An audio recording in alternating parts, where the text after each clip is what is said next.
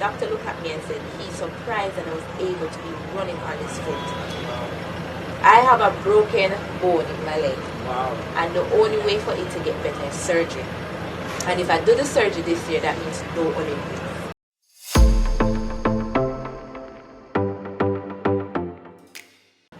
Alright, welcome back to All Round Sports Talk. Today I have a very special guest. She is two-time Olympic finalist, two-time World Championship finalist, and five-time national champion, including the last 3 times in a row.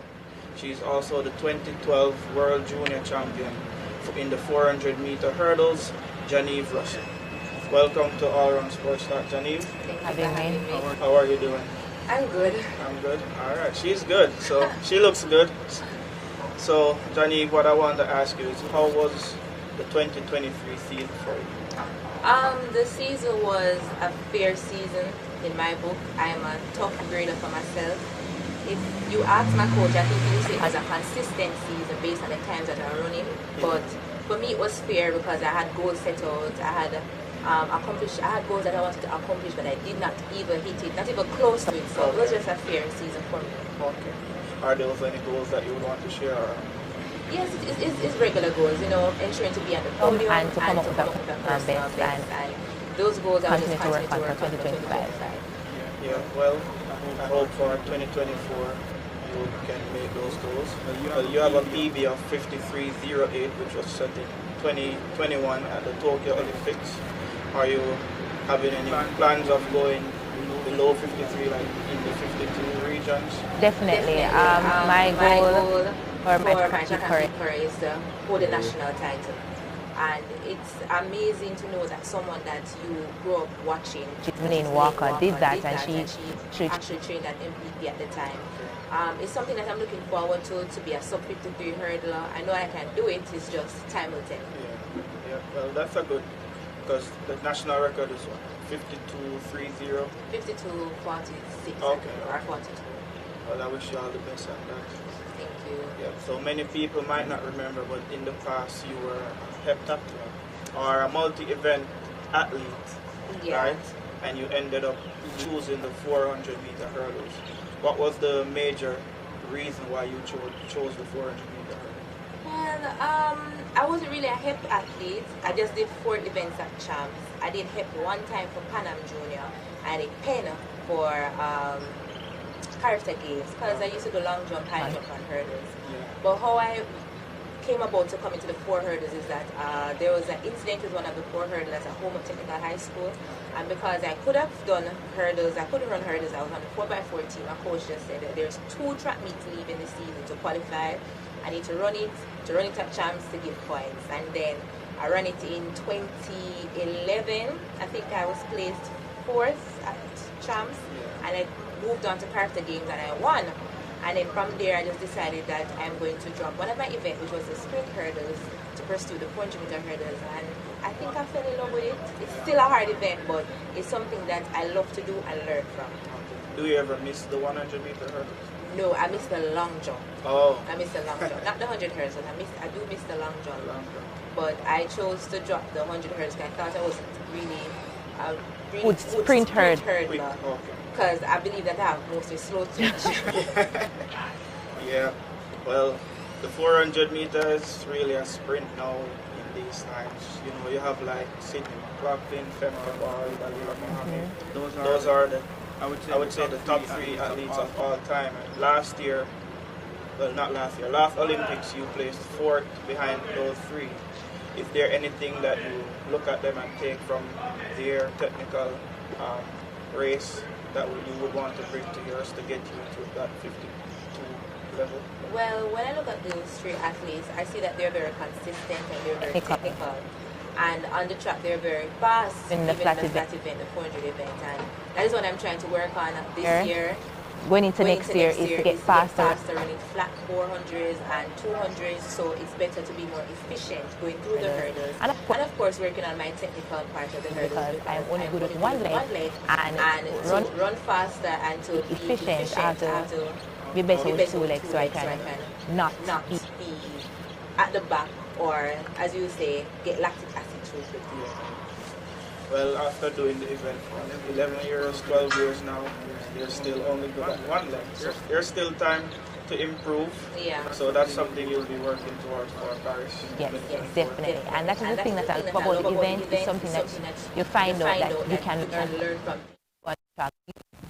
If you imagine that, oh, this is something that I could have done 2 years ago, 5 years ago. There's always something new with the 400-meter hurdles. And I think something new with every event, but because it's my event, I love it, and I just want to continue to learn. And I believe that anybody can get faster each time as long as they tweak something in it. Yeah, that's true. I believe so too. Yeah. So speaking of next year, let's go a little to what the goals are for Paris Olympics. Well, first, you're a three-time defending national champion, so obviously you're going to want to win that next year. And then looking forward to the Olympics. Is the podium the least you're expecting? Definitely. I would have said the least, but I would say I'm a very humble person. I don't really go to the national championship to win. I go to the national championship to make the team because it's top 3. Anyway, you take it, 3 ladies are going to be on the team. So my goal next year is to ensure that I'm consistent early on in the season, because I wasn't this season, I wasn't very consistent early part of the season. It's just to try my very best to be injury-free so I can be very consistent, very confident going to the national championship, ensuring that I'm in the top 3. And when I do make that team, God's willing, I'm going to work my very best to be on the podium. Yeah. Good. I wish you all the best. Thank you. So you said last year you didn't start the season as good. Was that through injury?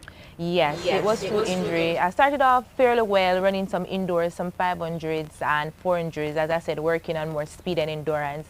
And I picked up a niggle in training, and it settled me back.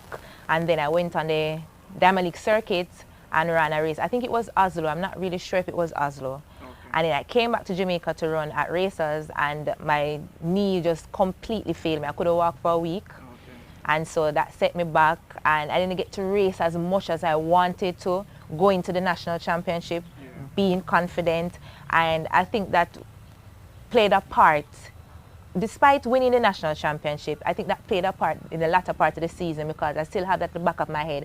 What if I wasn't injured? What if I did more? I was putting a lot of pressure on myself because I've worked very hard this season, and I know I was expecting a lot, and I think I could have done much better, but I thought I put a lot of pressure on myself, and I think that at the end of the season that cost me. Okay. Even if I wasn't on the podium. Well, I'm sorry to hear about that, and hopefully this year will be better. So speaking of hurdling techniques, in the sprint hurdle we see hurdlers talk about taking lesser steps to the first hurdle. Is that something that 400-meter hurdlers do? For 400-meter hurdle is more like rhythm. The more you have your rhythm, is the more efficient you will run and not being tired. And that is something that I need to work on, because you see athletes shuffling, you see athletes jumping, that means that their rhythm is off. It's either they're going out too slow or they're going out too fast. And if you're not carrying through the trail leg properly, you're dropping it short, so it always messes up your rhythm. So technical, you have to be efficient over the hurdle, coming off the hurdle.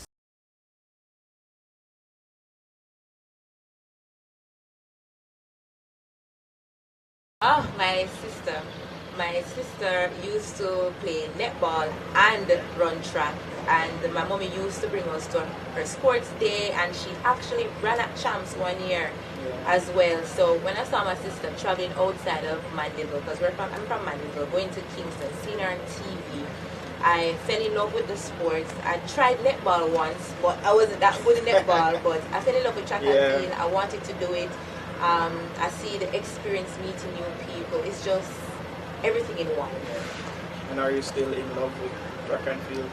Yeah, even though the process is really hard, injuries, mental health issues coming from outsiders, I still love it because it's something that I enjoy, waking up every morning to come out and to test my body, to see how far I can do. No matter how old you're, no matter how young you are, it's something that you can test. And I like to be tested, and I like to accomplish things and maneuver things. So this is just something that I love to do. I don't see myself doing anything else, no. Okay. What about after? What's your plan for after? After, when I was at UTech, I wanted to be a flight attendant. Probably I'll still do that because I like to travel, I like to go on planes. So if I am not an entrepreneur, I'm probably be doing flight attendants. Okay. Yes. So I saw in an interview previously where you said that after retirement, you're looking to maybe start a foundation to help people with autism. Is that still in the plans? That is still in the plan. Because my older sister daughter, she's autistic and she's very high on the spectrum. And we can't find a or Mandeville who really specialize on children like that, because she's so high on the spectrum, meaning that she does not communicate, she can't help herself. And I find it really sad that parents have to pause their life to be with their child 24/7 without any assistance from the government or teachers knowing how to handle these children. Because we're trying to find someone in Mandeville. The place that they placed her was School of Hope. You know, teachers could not handle her. So living in a does not specialize in all special children. They all need love. So that is one thing that I really want to do, especially in Mandeville, because I know they do have something done, but more how to deal with autistic children, regardless of how high they are on the spectrum. Yeah, that's a very, very good initiative. I wish you all the best with that. So speaking of Mandeville, where exactly in Manchester are you? I am from a place called Bonita Crescent. I don't know if anybody remember this. You know where the downtown KFC is, or where McDonald's was? Yes. On that strip. Okay. Yeah. So you're literally in the heart of Manchester. Yes, that's where I'm from. What was it like growing up here? It was really, really, really good. I grew up in a single parent household. My mother was a breadwinner. She worked 2 jobs. And I was just loved by the community and loved by my family, because we have a family home there. So I was always close to family. And I enjoyed my childhood. Used to give a lot of trouble, run on the road with cows, everything. Yeah. But my childhood was really, I think it was really, really special to know, to grow up with someone hardworking. It reflects on me to know that anything and everything is possible as long as you are really strong in your faith, because nothing is possible without God. And to know that you can achieve anything with patience and hard work. So regardless on how my track and field career is going, I know people out there probably saying, a long time she for me, a long time she's supposed to do this. That's but true. Time time is different. Time is different. Yeah. My 7-year wait can be God's 1 day wait. So it's all about being patient. As I tell you, it's very hard. It's very hard to be patient. But knowing the word, looking into yourself, having people around you who will reassure you and just remind you that your time will come is something that I am grateful for. And I'm just really happy and taking it a day at a time and just looking forward to what 2024 has in store for me and the years to come. I think really why many people have you in high regards that you should medal already, because we know you're so talented. But I mean, people have to understand that an athlete's life is very hard, and they go through a lot. Even earlier you said mental health issues from outside. Is that something that affects you personally? Well, it did. I think before COVID it did, and then when COVID happened, I took some time with myself to just re-evaluate and say, this is me doing it. I'm the person waking up every morning, coming out in the evening. I have to take criticism positively. And these are people who are allowed of their opinion, because I myself have my own opinion on what people do and what people say. So why should I make outsiders bother me? But at the end of the day, we have to take it easy on ourselves as athletes and people in the working place as well, because we also grade and put pressure on ourselves as well, and that can also put down a lot of weight and burden on us, and we forget the process and we forget what we're doing and where we're going, and forget the positive and always dwelling on the negative. And that was me, always dwelling on the negative, because I thought that it owed with the positive and not realizing that I am truly and really blessed. And the reason why I said that, as I said, I've been struggling with injuries I've been a professional athlete. I've been struggling from 2015, but being a signed athlete, it got worse and worse. And I've been struggling with this injury, this pain in my left foot, like the Achilles, for 2 years. And I was saying, I wonder if it's my spikes, I wonder if my sneakers. And then after the Diamond League finals in Oregon, I decided to do an X-ray and an MRI. And the doctor looked at me and said he's surprised that I was able to be running on this foot. I have a broken bone in my leg. Wow. And the only way for it to get better is surgery. And if I do the surgery this year, that means no Olympics. And my coach and I had a discussion along with my agent, and we decided that there's only an option to do the surgery, recover for 6 months, doing nothing, no Olympics, or don't do anything for a year to let the bone heal back, because he said it was a risky injury, can be more than 6 months recovery.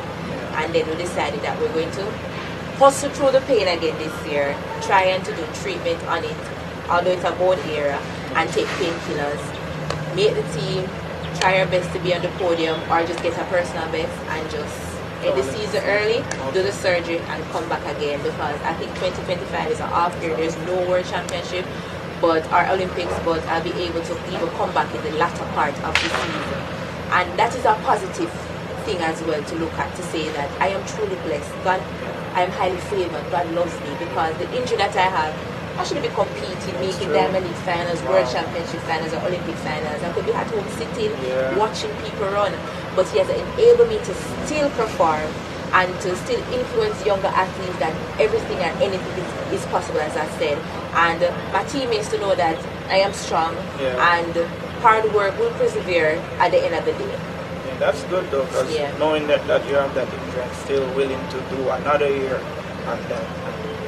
Wow, that's really the love for the sports. the country and the sports. Because not just the country, because you helped Jamaica to 5 medals at the 3 at the World Champs and 2 at the Olympics. And Commonwealth. And Commonwealth. Oh, I forgot to add, she's also a 2-time Olympic champion.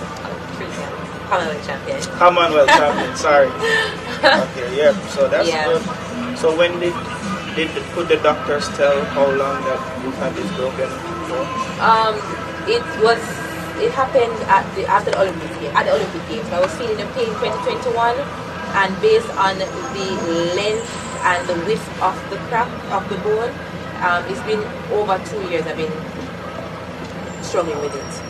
Was that through like a hitting a hurdle or anything? Probably because, as I said, at high school, I started high school at a very young age. I started home technical at 10 years old. So I've been repeating classes like class 4 and 2, and I've been doing a lot of events. I think it's just wear and tear, doing all of this long jump, high jump. I'm used to the events that cause impact on my legs. And I'm a right leg jumper, so I normally use my left foot on the high jump bar or at the long jump board. So I think it's just wear and tear. Same with the knee, wear and tear. So I've been going through it, and I just don't put it out there into the public, because at the end of the day, I know that I have these injuries. I am the one that putting myself out there. So when I don't perform well, I don't blame it on the injuries. I always blame it on myself, saying, oh, I was mentally prepared or something. I always blame myself, but not my injuries, because I don't want it to be a thing that I am blaming the injuries, because God has me, and He will protect me and carry me through. Just that for me to just continue. Well, after this interview, it's going to be out there now. So hopefully they are Jamaica. Please have some sympathy for Janieve.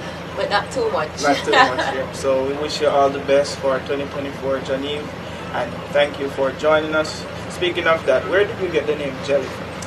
Alright, the name Jellyfish, I got it in grade 3. I remember it like it was yesterday. I used to go to Mandeville Primary and Junior High School at the time. It's just primary school right now. And I went into grade 3, and this young man name was Teddy. I don't remember his real name, but his nickname was Teddy. And he was troubling me, and I pinch him. And he said, you sting like a jellyfish? And the name just stuck because, as I said, Homewood was a technical high school that didn't have any grade 7. Okay. So when I got the scholarship from grade 6 to go there, I had the grade 9 students from Mandeville School who used to do track and field and know they would come to the school, so they just carry it over. So it just stuck. And bring it to you. It just stuck. Alright, Janieve, thank you for joining us. Thank you for having me. Alright.